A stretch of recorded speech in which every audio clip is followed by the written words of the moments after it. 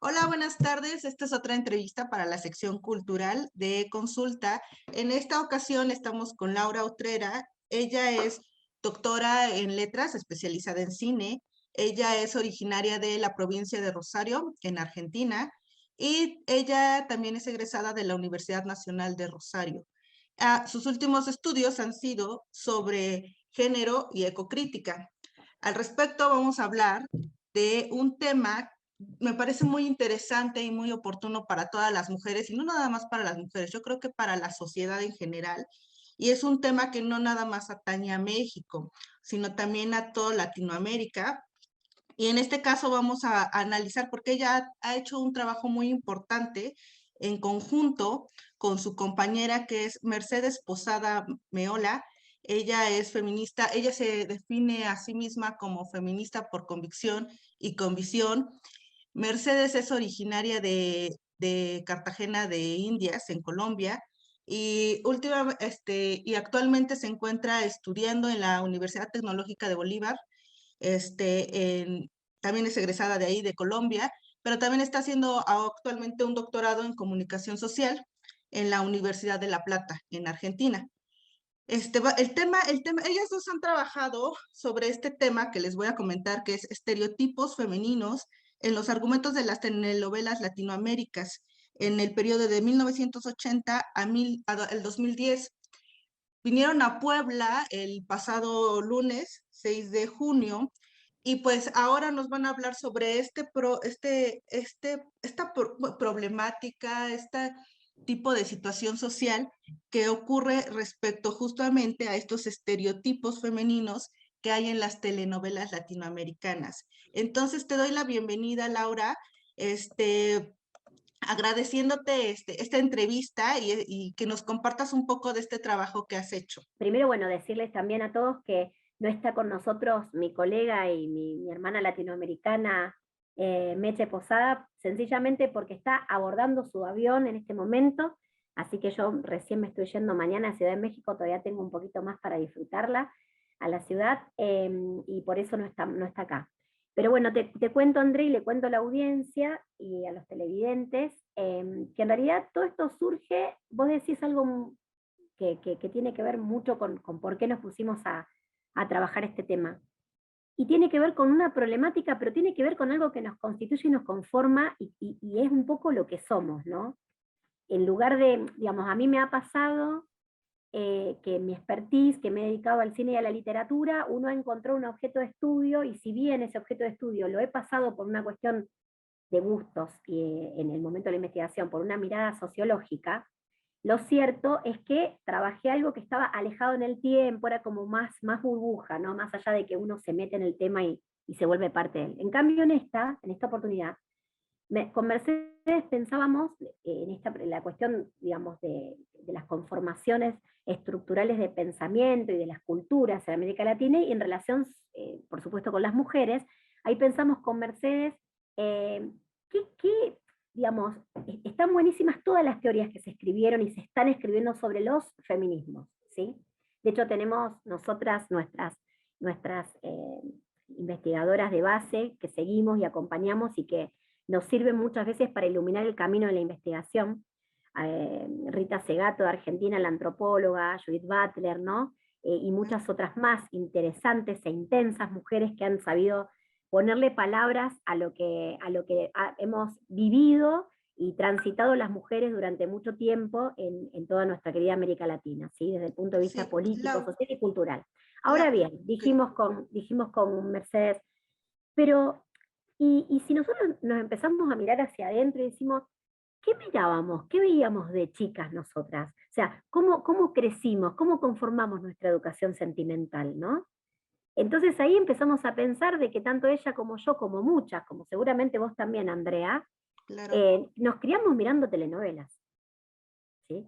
Entonces dijimos, qué bueno. Y entonces ahí empezamos a revisar, hasta desde el punto de vista gracioso, digamos, cómo nos conforma América Latina, cómo está conformada justamente por el género melodramático, ¿no? Porque es el género digamos, que danza en la telenovela. Y la idea nuestra, Andrea, también no es demonizar a la telenovela ni volverlas el enemigo ni el monstruo. En todo caso, lo que proponemos siempre con mi querida Meche es mirar esos argumentos ahora sí con la lente de género, ¿no? Con los lentes violetas. Entonces eso nos permitió a lo largo de esta investigación, una investigación que está en curso, una investigación que empezó siendo un artículo para una revista académica y que luego terminó en un capítulo del libro, y ahora vamos por una investigación mayor, ya con invitadas y demás.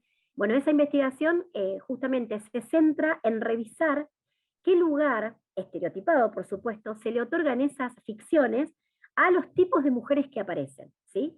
Y ahí vamos a encontrar que casi siempre la protagonista, que siempre es hermosa, que por lo general es pobre, pero era hija bastarda de un rico, ¿no? O es pobre, pero viene el hombre rico a salvarla. ¿Cómo definirías el estereotipo que se maneja en las telenovelas latinoamericanas? O sea, a lo mejor no es uno, son varios, ¿no?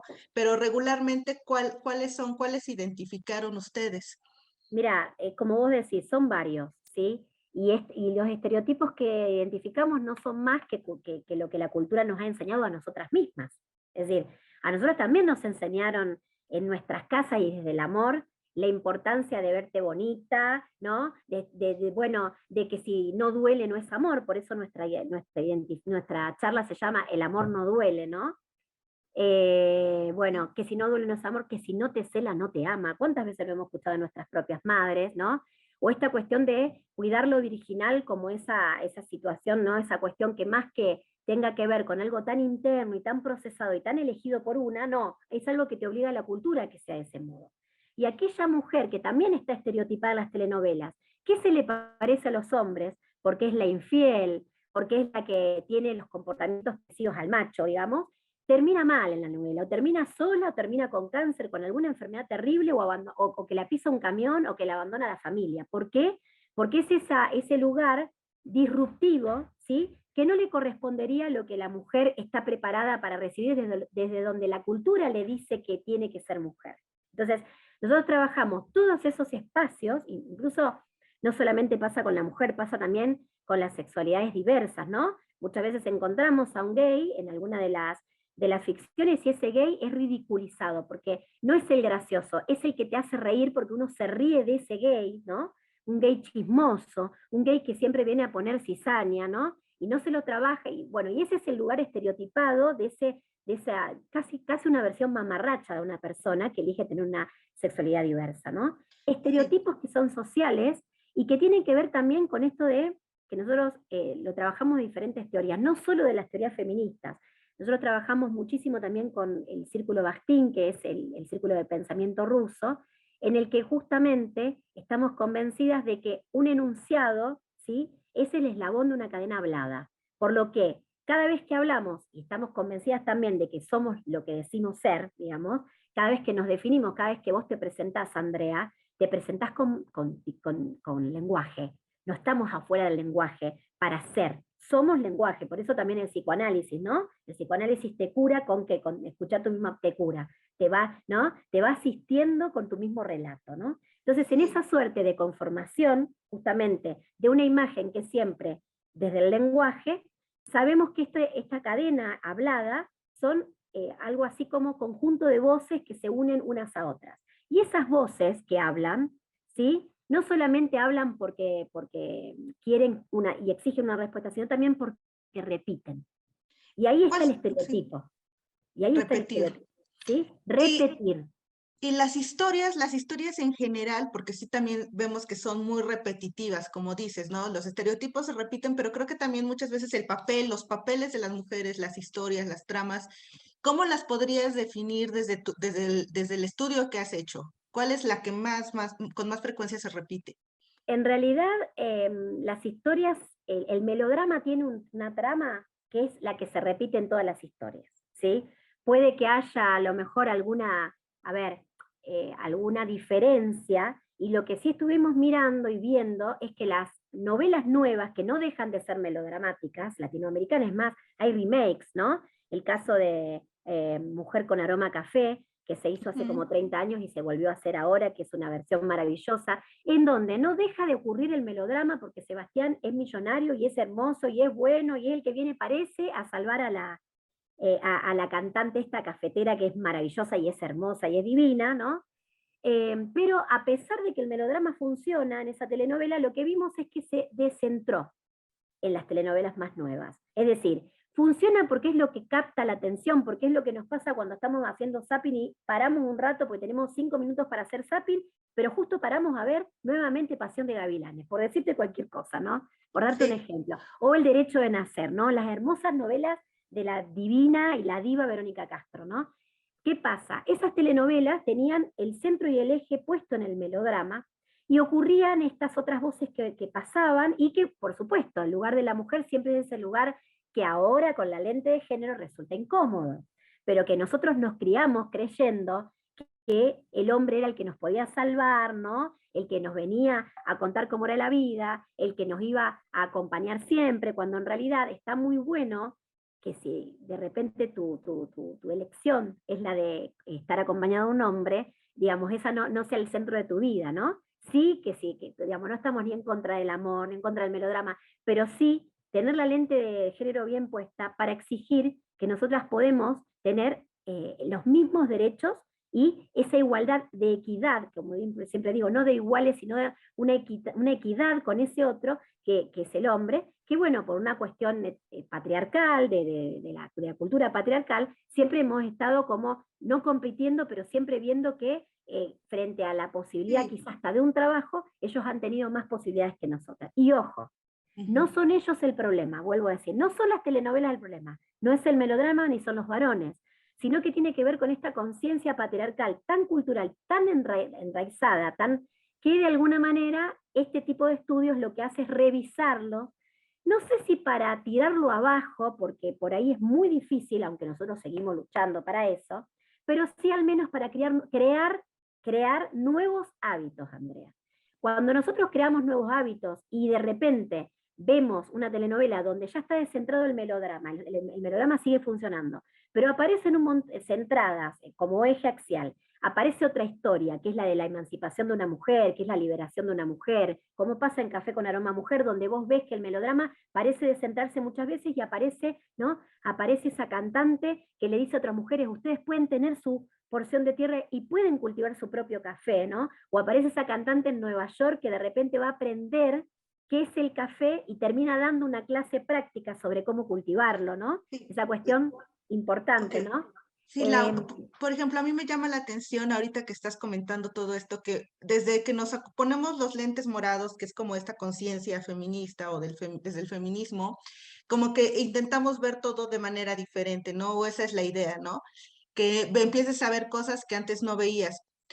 Pero, por ejemplo, a mí me llama mucho la atención y estoy segura que tú también sabes del tema de Betty la Fea, ¿no? La gran telenovela colombiana, ¿no? Y entonces nos damos cuenta que incluso ha habido memes, porque desde antes de la pandemia y después, durante todos estos 2 años, ha estado como entre los 10 más vistos, por lo menos en Netflix en México, ¿no?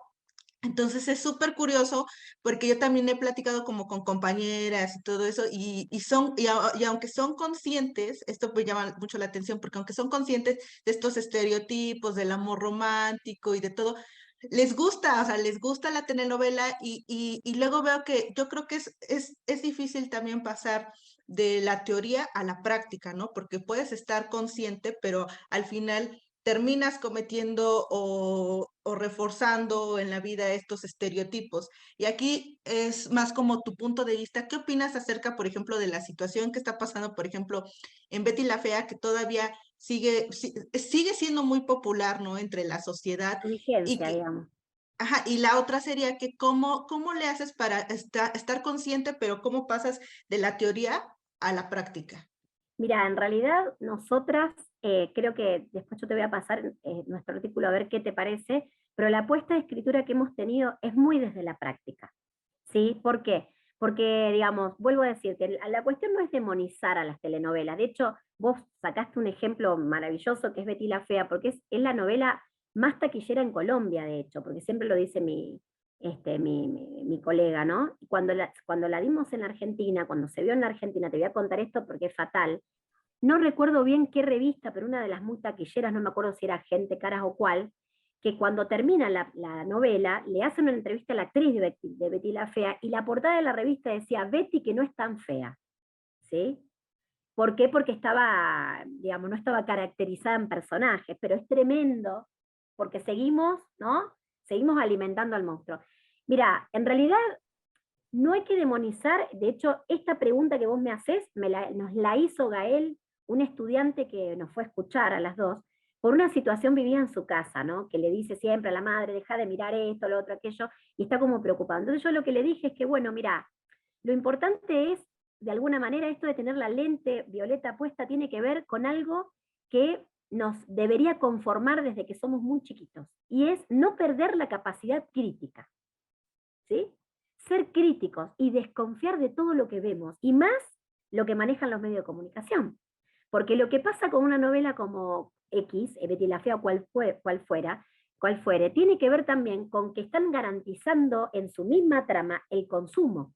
Y vamos a ser honestos también, vivimos en una sociedad donde consumista, una sociedad capitalista que se requiere, y digo, se requiere en el consumo, y fíjate que el cine, como la televisión, si no lo consumís, se desvanece. Son los artes más capitalistas que hay, de alguna manera. Por lo que aquella novela que sea taquillera va a estar como que, decimos en la Argentina, le van a dar manija de los medios para que la gente la vea. Y la gente la va a ver porque son melodramas y porque de alguna manera atienden al ABC del consumo de esa suerte de serie pasatista, ¿sí? Nosotros en Argentina tenemos muchos ejemplos de que cuando se daba una novela como La extraña dama, por ejemplo, de hace muchos años atrás, separaba la Argentina, porque la veían los varones, las mujeres, las abuelas, la tía, la prima, y cuando ibas a comprar el almacén, hablaba del episodio de la noche anterior, del día anterior, era la conversación, era el tema. Por eso mismo, cuando nosotros elegimos trabajar con estos objetos, tienen que ver con algo que, como vos bien decís, hay una línea muy delgada entre la teoría y la práctica acá. Acá no se trata de pensar solamente lo que nos pueda llegar a decir Butler acerca de la conformación de los feminismos y ver cómo se trabaja esa conformación en Leonela, por ejemplo, una novela también muy exitosa, colombiana, que fue la primera novela que vio mi colega, y que empieza con la violación de una mujer, y que el violador a lo largo de la trama termina siendo el que la enamore, con quien ella se casa y vive feliz y come perdices. El violador. Entonces digo, ¿qué pasa? Los objetos están. Lo importante es que en esta suerte de despertar, que tiene que ver con la teoría, las academias, los intelectuales, las políticas, ¿sí? Algunas muy vacías, cáscaras, pero otras políticas públicas que están pensando en esta suerte de, ¿no? De cómo hacemos para que cada vez nos maten menos mujeres, cada vez nos asesinen menos, digamos. Todo ese conjunto que es social y cultural, de alguna manera, entra en articulación directa con esos argumentos. Entonces, decir, si vos, o sea, no es cuestión de evangelizar acá. No es cuestión de decirle a una otra mujer, che, ¿por qué estás mirando eso? Ponete la lente violeta. No. Lo que nosotros pretendemos es escribir esta suerte de ensayos, de propuestas, dar esta suerte de entrevistas, para que despertemos, para que seamos críticos, porque así como podemos ser críticos de los estereotipos de mujeres que una telenovela presenta, también podemos ser críticos de lo que el político de turno que quiere que lo votemos nos está proponiendo y nos está diciendo. Hay un sublineado siempre en el mensaje que el otro hace, ¿no? Que tiene que ver con nuestra ser perspicaz, ¿no? Y la lente de género, más aún, porque la lente de género tiene que ver justamente con la garantía de derechos, ¿sí? Con la garantía de derechos, que, vuelvo a decirte, en muchos países de América Latina ya hay muchas leyes que acompañan a las mujeres, pero que en la práctica, como vos bien dijiste, la teoría está, las leyes están, pero en la práctica todavía no funciona, digamos, de manera, podemos decir, al 100% la aplicación de esas leyes y esas garantías. Entonces, hay una revuelta que es social, que es cultural, hay un cambio. Hay mujeres muy empoderadas y hombres también que están, digamos, yendo de la mano de la mujer a ese espacio. Mujeres que entendimos que ya eso que nos enseñó la cultura, que Laura y Andrea compiten, eso nos enseñó la cultura. Laura y Andrea pueden ser sororas, solidarias entre sí, porque es así la naturaleza humana. Obviamente que después vas a tener en la naturaleza humana quien vos te puedas llevar mejor con una mujer o con un hombre que con otra, porque las relaciones también se construyen por afinidad y por piel, pero que no nos imponga la cultura que porque somos mujeres, yo compito con vos, o yo soy más atenta que vos, o si las dos estamos en la misma empresa, yo prefiero que asuma Pedro y no vos porque vos sos competencia para mí por solo ser mujer, porque eso es lo que a mí me enseñó la cultura. Entonces es ahí, Andrea, en esa zona tan delicada, y es compleja, porque nos constituye estructuralmente. Es revisarnos, es como ponernos un espejo todo el tiempo, ¿sí? No solo lo que consumimos, porque consumir lo podés consumir, pero cuando lo consumís, como te digo, ya con algunas ventanas abiertas, y esas ventanas tienen que ser violetas, siempre, ya el mensaje, hasta vos te podés hasta reír, pero el mensaje no va a ser el mismo, ¿sí? El problema está en que lo que nosotros vimos es que la conformación de nuestra educación sentimental, ¿no? Esa educación romántica, muchas veces se sustentaba no solo con lo que nos enseñaban nuestras abuelas y nuestras madres, sino con lo que esas abuelas y madres reproducían de modelo patriarcal, por supuesto, de sus madres, pero sobre todo de esas telenovelas y de esas historias de cine, en donde se veían estos modelos de mujeres, donde de alguna manera aquella que respetaba lo que el patriarcado decía era la que iba a vivir feliz según lo que dice la historia, cosa que después en la práctica, y ahí vamos a la práctica, es todo mentira. Claro. Sí, yo creo que este tipo de estereotipos, como se fomentan una realidad, o sea, una historia, algo que no va con la realidad, como dices, ¿no? O sea, eso del felices para siempre y que la mujer ya tiene todos sus problemas solucionados gracias a él, dista mucho de la realidad y eso es lo que no ves en los melodramas, ¿no? En las telenovelas. Y aquí ya como para ir cerrando, Laura, te quería comentar así como brevemente, ¿no? Primero terminar como con este tema de las telenovelas, ¿cuáles? Porque me comentas que esto salió aparte a raíz también de un curso que dieron en pandemia acerca de Sí. los feminismos que son más diversos. Pero primero quisiera cerrar con este tema de cuál es la reflexión, así en pocas palabras, en breve, que te ha dejado este análisis que viste de los estereotipos femeninos en telenovelas. ¿Cuál sería tu reflexión para las nuevas generaciones o también las generaciones, o sea, todo tipo de mujeres en general, ¿no? ¿Qué Mira, podrías decirles? Me encanta esta pregunta porque es como volver al inicio, ¿no? Nosotros la voy a contestar yo, pero sé que la estoy contestando con Mercedes. Ujú. Nosotros creemos que la única transformación de la realidad es a través de una herramienta que es la política. La política es la herramienta de transformación de la realidad social, tanto lo creemos con Mercedes como lo creo yo.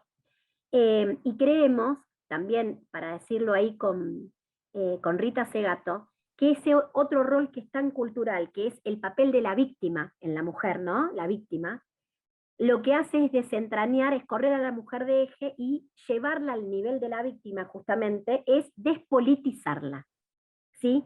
Y verdaderamente estamos en una sociedad conformada por personas y todos somos, en mayor o menor medida, seres políticos. ¿Sí? Seres políticos, más allá de a lo que nos dediquemos y que nos dediquemos algunos más a la política y otros se dediquen al comercio, no sé, al comercio individual y tengan sus empresas o lo que fuere, o sean maestros de curso, o sean peluqueros, no importa la profesión, somos todos seres políticos. Por lo que hace 2 años, cuando empezó la pandemia, ahí pensamos con una colega argentina que se llama Paula Mascheroni, pensamos en un encuentro de mujeres que no se podía dar digamos, más que en virtualidad, donde podamos reunir a las mujeres que quisieran estar y podamos empezar a, entre todos, formarnos, no formarlas, formarnos, ¿sí? Eso dio pie a que pudiésemos hacer diferentes encuentros relacionados con temas no de mujeres, ¿viste? Porque si no también, bueno, las mujeres de qué hablan, y hablan de la crianza de los hijos, y hablan de cómo estar, qué sé yo, de cómo pertenecer, de cómo hacer, no, hablamos de todos los temas, hablamos hasta de la vacuna, hablamos de la pandemia, hablamos de un montón de temas. Entre medio de esos temas, había muchas mujeres de las que iban a estos cursos que se definían no feministas porque veían en muchos movimientos feministas, sobre todo los más radicales, situaciones de violencias con las que ellas no estaban identificadas y porque muchas de ellas también son mamá de varones y veían que, digamos, ellos entendían que de la violencia se sale de la mano del otro, no se sale contra el otro. Entonces, ¿qué hicimos? Logramos esto, hablar de esta pluralidad de mujeres, como te decía Andrea, ¿no? Que somos tan únicas como heterogéneas, ¿sí? Tan hermosas como diferentes, ¿sí?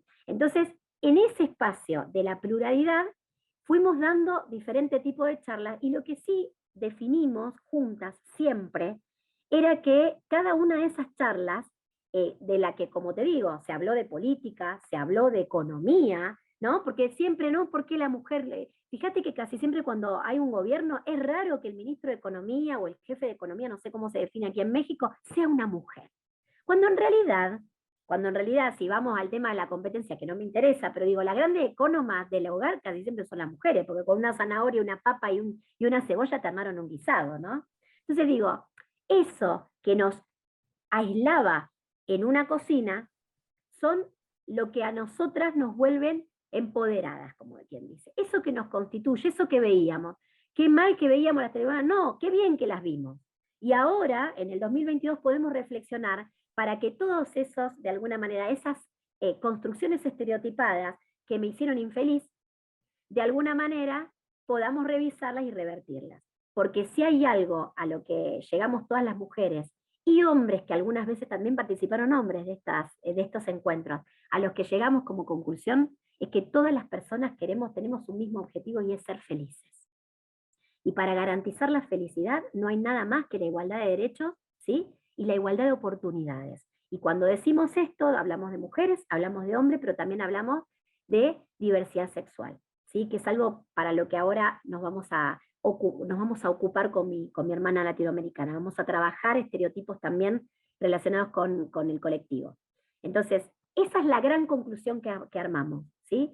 En lugar del mea culpa, no miro más esto, demonizarlo porque lo haces vos, pero yo no lo hago, es la lente violeta, ¿sí? La igualdad de género. De manera tal de que esa lente no son nuestros ojos, como le dije a Susana, una colega tuya de Puebla, mentimos si decimos que las mujeres tenemos los ojos violetas. ¿Y por qué? Porque muchas veces el problema está entre nosotras mismas, y en nosotras mismas, de poder dejar de lado esas prácticas tan desiguales que vienen de la mano de la voz patriarcal. Es una lente, es un par de anteojos. No los olvidemos, y cuando empecemos a ver borroso, vayamos, como decimos en Argentina, vayamos al oftalmólogo para que nos cambien la regulación, pero que siempre sea violeta. Y ese violeta de la lente que te propongo, Andrea, que es un poco la conclusión, debería ser también la lente que la política tenga puesta, ¿sí? De manera tal de que todos los ministerios sean atravesados con esa lente para que esa igualdad y para que eso que estamos, por la que estamos peleando, muchas académicas y más, algunas más militantes sociales que otras, algunas más políticas que otras, de hecho yo me defino una mujer política, soy una mujer política de la Argentina, se lleve a cabo y ya no sea más una pregunta, ya no sea más, che, me pongo los lentes, no, es como que ya sea parte de tu cuerpo, ¿no? Así Claro. que bueno, esa es como la gran conclusión. Sí, sí, sí, y ya nada más, la última, ahora sí, desde tu punto de vista, este es como muy personal. eh, eh, ¿Cómo definirías, tú cómo vives el feminismo? Desde tu punto de vista, desde tu vida personal. Mira, lo vivo desde que me levanto hasta que me acuesto, digamos, y revisándolo todo el tiempo, ¿sí? Porque vuelvo a decirte, mira, te voy a dar un ejemplo, y lo cierro con esto. Doy muchas charlas para mujeres en mi provincia, que es Santa Fe, y tuve la suerte, antes de viajar para México, que me llamaran de 3 localidades del norte santafesino para poder conversar sobre la mujer y el emprendedurismo y el trabajo, ¿sí? Bueno, fui a dar la charla, siempre no tan contenta, y digamos, cuando estoy preparando mi PowerPoint para poder pasar, yo siempre lo termino con una palabra que tenga que ver con un concepto, más que con una palabra. Bueno, el concepto era mujeres, ¿sí? Resulta ser que yo lo que hago es colocar la palabra parada y por cada una de las letras un concepto que se desprenda del concepto mayor, que es mujeres. Bueno, en una de las E de mujeres, alguien que está trabajando desde el feminismo, puse enamoradas. Resulta ser que esa noche termina, yo me voy a duchar, y cuando me estoy duchando pasa algo que es maravilloso, y es que vuelve a mi cabeza, porque yo estaba como dudosa de que algo me faltaba, de que algo no estaba bien, y vuelve a mi cabeza, ¿sí? Que había puesto dentro de los conceptos que se desprendían de la mujer, del concepto de mujer, el concepto de enamorada, y digo, no, Es un error, y esto sí es sumamente lo que el patriarcado todavía, con lo que uno lucha, ¿no? En todo caso será emancipadas. Si la mujer se enamora, bienvenida, pero no puede ser un concepto desprendido como, ¿no? Porque es más del estereotipo que nos enseñaron. ¿A qué viniste? Y a ser madre a la vida. ¿A qué viniste? Y vos te podés enamorar solo una vez, porque si te enamorás más de una vez, bueno, ya sos medio ligera, ¿no? Un poco comprometida con la vida, te diría que quizás, ¿no? Eso que siempre nos han apuntado con el dedo. Entonces vos fíjate, ¿no? ¿Cómo lo vivo? Revisándome todo el tiempo. Y en cada espacio donde hay mujeres, ¿sí? Tratar de acercarme, pero no acercarme a los amigotas, no, acercarme con la onda de, bueno, podemos trabajar juntas sin discriminar a los hombres, sin llevar adelante las mismas prácticas con las que nosotras luchamos todo el tiempo, porque entonces estamos repitiendo los errores y empoderándonos más dentro de una práctica que también es patriarcal, porque estaríamos dejando, digamos, es lo que el patriarcado nos hubiera enseñado. Así que es eso, es una revisación, es revisarme todo el tiempo y es tratar de, bueno, de dejar algo en esta sociedad que nos constituye, y que también entiendo que es una sociedad que por más que queramos escapar de estereotipos sociales, es una sociedad que no podés escapar porque el lenguaje es estereotipo. Y eso nos lo enseñaron ya muchos filólogos, lingüistas sociales, o sea, no vamos a poder escapar de ahí. Pero sí podemos ser seres críticos que todo el tiempo estemos revisando de manera amorosa y sin ir ¿no? al choque permanente, de qué manera podemos garantizar la igualdad de derecho y la felicidad para todas las personas.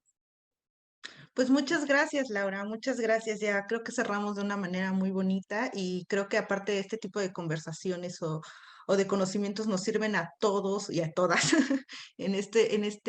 pues andar por la vida, ¿no? Y pues ya nada más me queda agradecerte, Laura. Muchas gracias. Y un saludo a Mercedes también por esta investigación que hoy no pudo estar.